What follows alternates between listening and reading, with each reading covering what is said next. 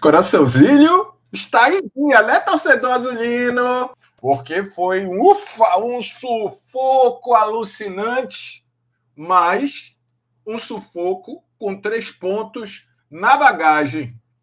Pontos fundamentais, pontos que equilibram, né? Repõem uma derrota em casa, você entendeu? E uma partida na qual o Clube do Remo tem 15 minutos que tu olhava e tu dizia: o que aconteceu? Eu brinco que o Remo teve 15 minutos que parecia um outro time e outros minutos que o Remo parecia o Remo. Mas assim, esse Remo ganhou o jogo, esse Remo fez 3 pontos, esse Remo aproveitou a fragilidade do adversário, esse Remo ganhou.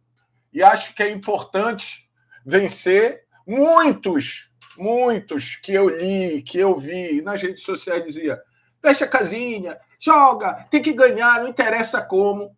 E muitos desses agora estão dando o famoso o quê? Chilique, né? Porque tem que chilicar. Que se não chilicar, tem um membro do canal que diz que se não for sofrido não é Remo. Eu vou criar o se não der chilique, não é torcedor do Remo. Que gosta do chilique.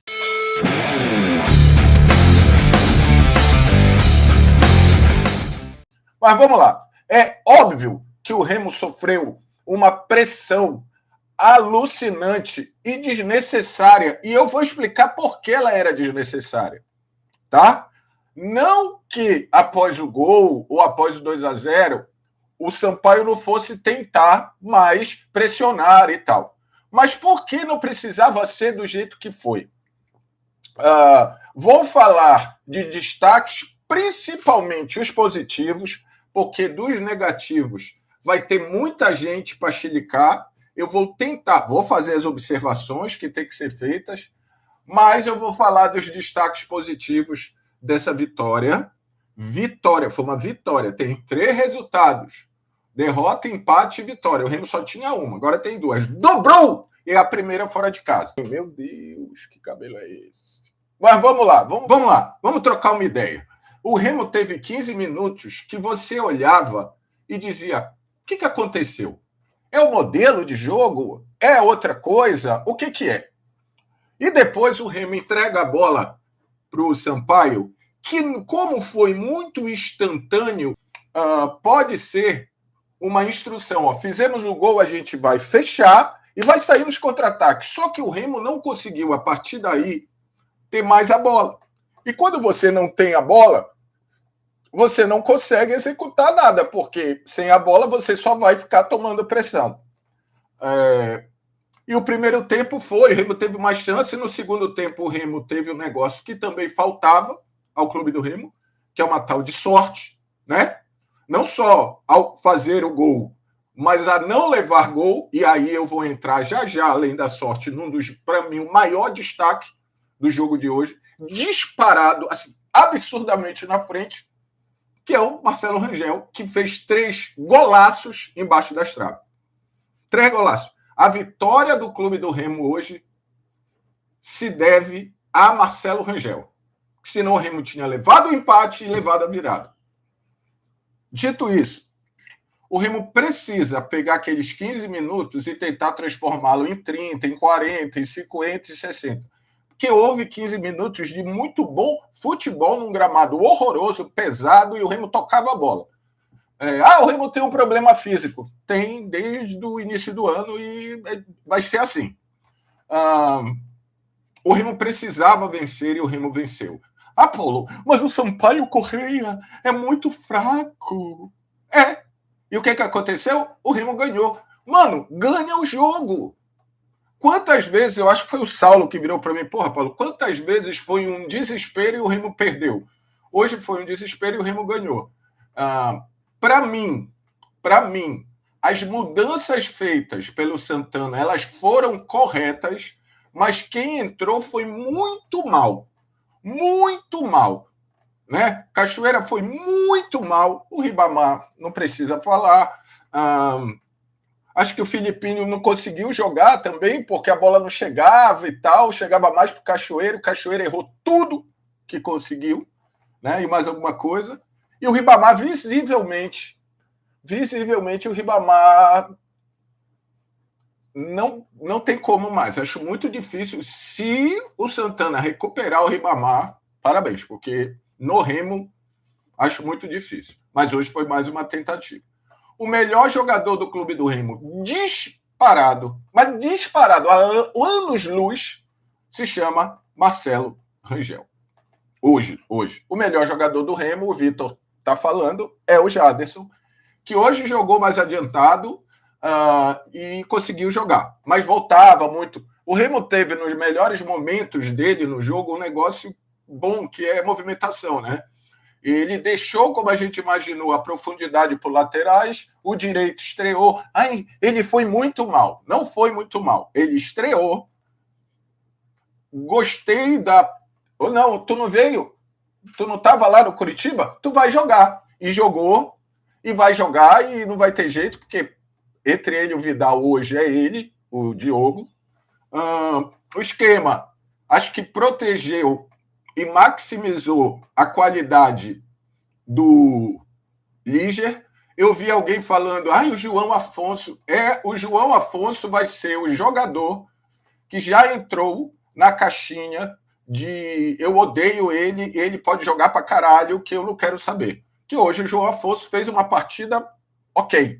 Não jogou pra cacete, ele não tinha que jogar, ele era o zagueiro pela direita, ele jogou, protegeu, tentou. As pressões que o Remo tomou, para mim, são muito mais meio-campo lateral do que zaga. E os laterais, principalmente o Raimar, foi bem no que se pediu e no que ele sabe. O Raimar é aquele cara de ir para frente. E a gente falou no pré-jogo. A gente falou. Vão ter que proteger ali as costas lá ele do Raimar. Porque é isso que vai acontecer. Então, assim, o jogo foi um sufoco desnecessário e o Remo precisava ficar com a bola. E aí tem um detalhe. Quando saem os jogadores que estavam bem, ninguém conseguia fazer minimamente o pouco que eles estavam fazendo já cansados. E isso é um problema. Isso é um problema grande. E eu queria falar de uma parada que até eu mesmo fico olhando e tal, mas... o Remo não foi bem no segundo tempo, mas em nenhuma... Você via ali ruindade, como a gente brinca. Mas você viu muita disposição, muita luta, muita entrega, sabe? Dava carrinho, tirando o gol, né, que o Pavani deixou o cara chutar ali. O Pavani mesmo dando carrinho, segurando a bola e tal, era muita disposição. Os caras pareciam que queriam, que estavam com fome, a tal da fome. E outra coisa que eu notei, e pode ser bobagem e tal, acho até que não é. Nos gols azulinos, além da emoção do Raimar, que vinha sendo banco, nem aproveitado, há uma... Né, parece que o time meio...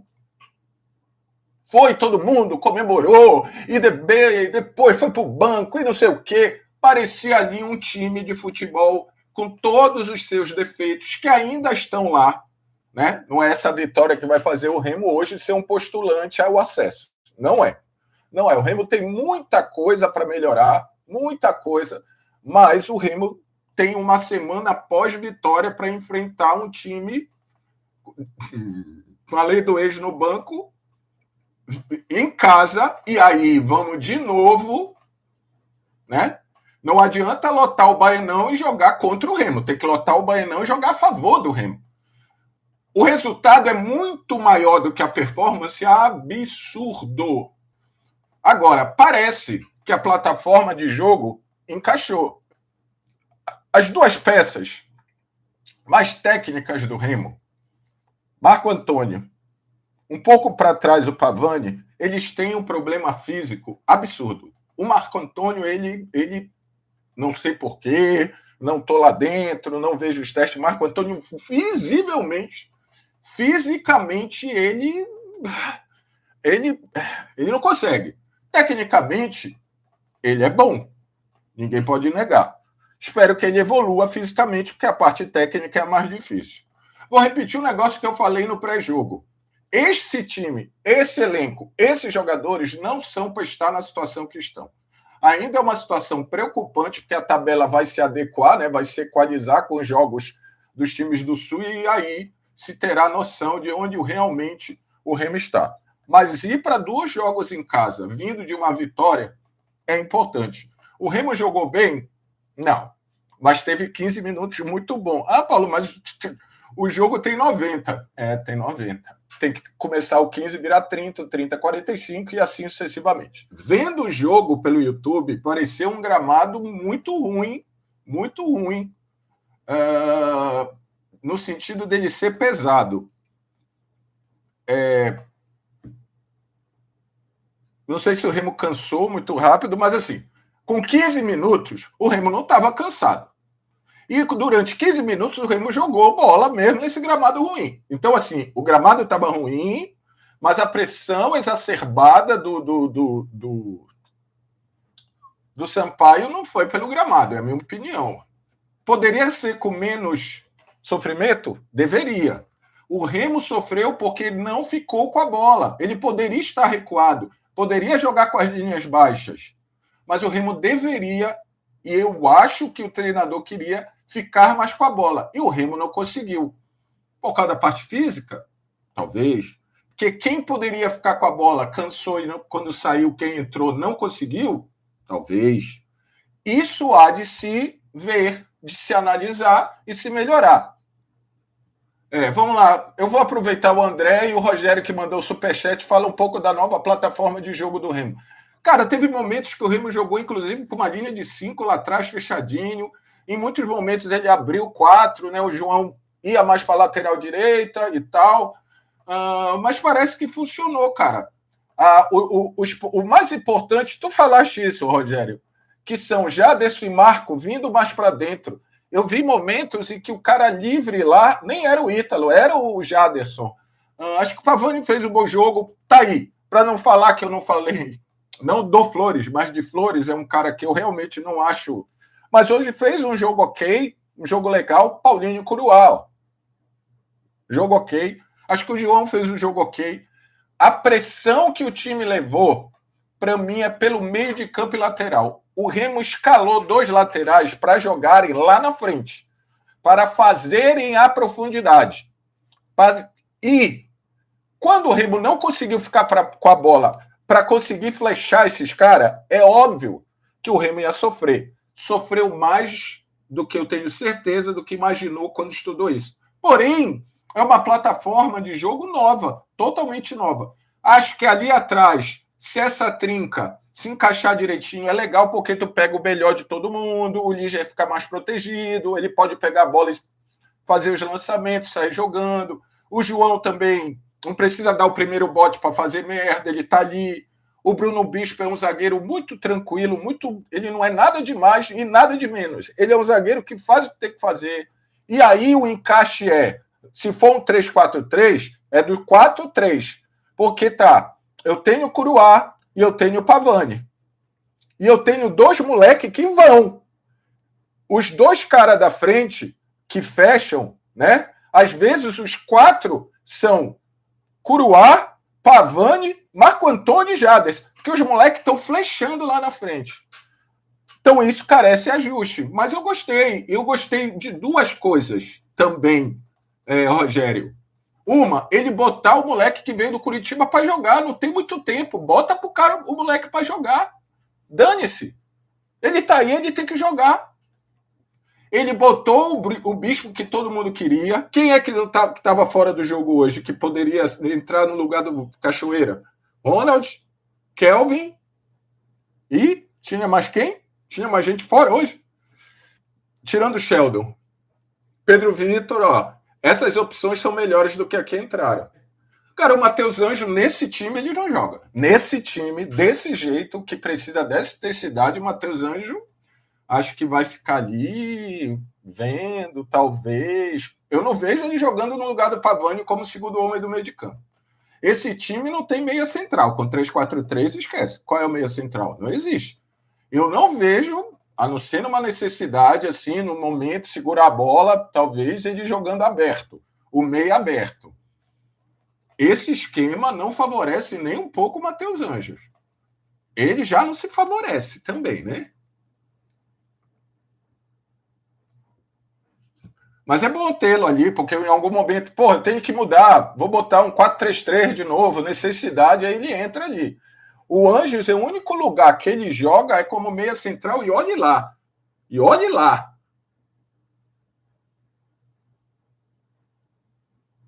Não, ele pode voltar, está à disposição, voltar para jogar aonde você gostaria de ver o Marcelo, o Matheus Anjos, o vulgo Zidane, jogando. Aonde? Fala aí.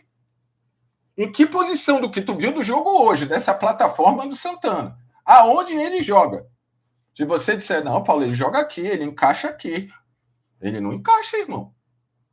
Ele não enca... Vai ter que mudar o esquema, se precisar mudar o esquema, e tem um meia central. Nesse esquema não existe meia central. Nem esquema central, que me lembrou o Kalamazoo.